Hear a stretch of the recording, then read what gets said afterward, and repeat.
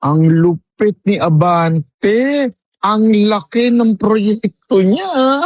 Mantakin mo, nagsimula yung budget sa executive, 1.2 billion. Pagkatapos ng i-deliberate ang budget sa BICAM, naging 3.8 na.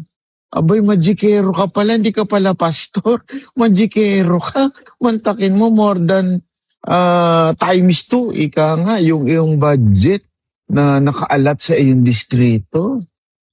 3.8 billion? Saan mo naman dadalhin yan? Alam mo, isa ka talagang pinagpala. Mantakin mo, hindi ka na nga nanalo. Kung hindi pa dinisqualify yung kalaban mo, hindi ka magiging congressman.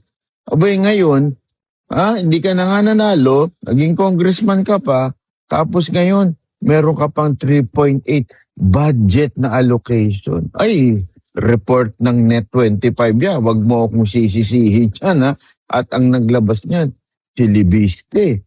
Ay, naku po, Abante, kakaiba ka talaga. Isa kang pinagpala sa mundo na ito, Congressman Abante. 3.8 billion allotment. Anak ka ng wewe, oo.